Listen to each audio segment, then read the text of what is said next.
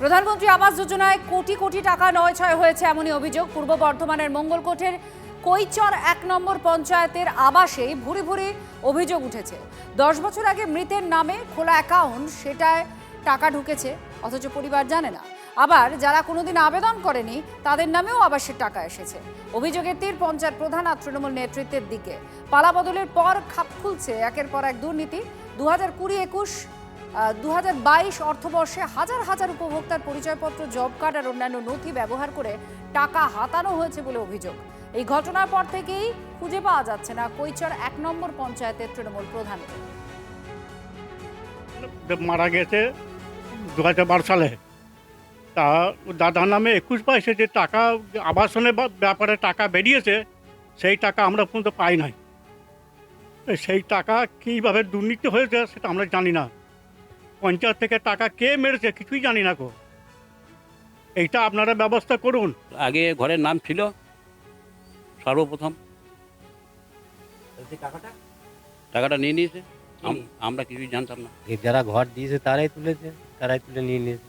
কারা ঘর দিয়েছে? আগে দিল তৃণমূলে, তারাই ঘর দিয়ে তারাই তুলে নিয়েছে। সব দোষ দেবো তৃণমূল, কি দোষ দেবো এখন? ২০২১-২২ তালিকায় আমার কোনো নাম রয়েছে, কিন্তু আমি কোনো ঘরের আবেদন করিনি এবং আমার নামে টাকাও বেরিয়েছে, সেই টাকাও আমি পাইনি।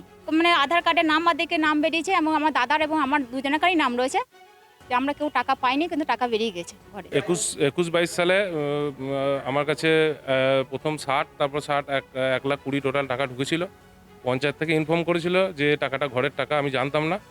তো তারপর আমরা গিয়ে পঞ্চায়েতকে ফেরত দিয়ে দিই। বলতে আমরা তখন ওই অত জানতাম না। আপনার শাসক দলের প্রধান যিনি ছিলেন তিনি বলেছেন যে তোমার অ্যাকাউন্ট টিএমসি, তা তিনি বলেছিলেন যে জব কার্ডের নাম্বার দিতে, আমাকে বলেছিলেন যে জব কার্ডের নাম্বার দিতে। দেওয়ার পর আমার অ্যাকাউন্টে থেকে ৬০,০০০ টাকা প্রথমে ঢুকেছিল, তারপরে আবার ফের ৬০,০০০ টাকা ঢুকেছিল। যে টাকাটা আমাকে তুলে রিটার্ন দেওয়ার কথা বলেছিল তখনকার প্রধান সাহেব। এখন বর্তমানে আমি জানতে পারছি, বা পরে যখন টাকাটা ঢোকার পর তুলে জমা দেওয়ার পর তারপর জানতে পেরেছিলাম যে এটা আবাস যোজনার টাকা। তখন শাসক দলের বিরুদ্ধে মুখ খোলার ক্ষমতা ছিল না, ভয় লাগতো। কোন রাজনৈতিক দলে রয়েছে? টিএমসি সদস্য পদে। মোটামুটি কয়েকটি জায়গায় আমরা তদন্ত করে যা বুঝতে পেরেছি, তাতে মঙ্গলকোটি কয়েক হাজার হবে।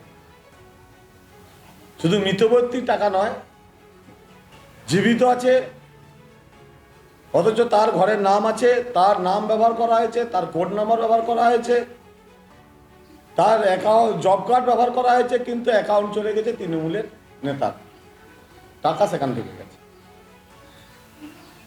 এবং এই আবাসী যা দুর্নীতি আছে, তাতে আইনানুগভাবে যদি ব্যবস্থা নেওয়া হয়, তা এই মঙ্গলকোটে ২ থেকে ৩ হাজার মানুষ তারা গ্রেপ্তার হয়ে যাবে। এই ছবিটি যার, তিনি ২০১২ সালে মারা গেছেন। তার নাম জীবন কৃষ্ণ চৌধুরী। এই যে দেখা যাচ্ছে জীবন কৃষ্ণ চৌধুরী, আর তার নামে ২০২১-২২ সালে প্রধানমন্ত্রী আবাস যোজনা প্রকল্পে ঘর বেরিয়েছে। শুধু ঘরই বেরোয়নি, তার নামে টাকাও কিন্তু উঠে গেছে, এবং যে টাকা চলে গেছে অন্য কারো অ্যাকাউন্টে। এই যে দেখতে পাচ্ছি যে ২০২১-২২ সাল ৩টি ধাপ, ৩ ধাপে ৬০,০০০, ৫০,০০০ এবং প্রায় ১০,০০০, মোট ১,২০,০০০ টাকা এই মৃত ব্যক্তির নামে উঠে গেছে, কেউ তুলে নিয়েছে। এবং এখানে প্রমাণস্বরূপ যে তার বাড়ি তৈরি হচ্ছে, মাটির বাড়ি, এই মাটির বাড়ি ভেঙে যে ব্যক্তি টাকা তুলেছে তার মাটির বাড়ি ভেঙে এই প্রধানমন্ত্রী আবাস যোজনা প্রকল্পের বাড়ি হবে। এবং এই যে সরকারি পোর্টাল, এই সরকারি পোর্টালে একদম অনুমোদিত করা হয়েছে। কিন্তু এখানেই উঠছে প্রশ্ন, যে ব্যক্তি মারা গেছে, মৃত ব্যক্তি নামে ১০ বছর পর কিভাবে আবাস যোজনা প্রকল্পের ঘর বেরোলো, আর ঘর বেরোলো সেই সঙ্গে ১,২০,০০০ টাকা, সেই টাকা কে তুলে নিল? ইতিমধ্যে ঘটনায় শোরগোল। ঘটনার প্রকৃত তদন্ত চান মৃতর পরিবারও। কৌশিক দত্ত, টিভি9 বাংলা, মঙ্গলকোট।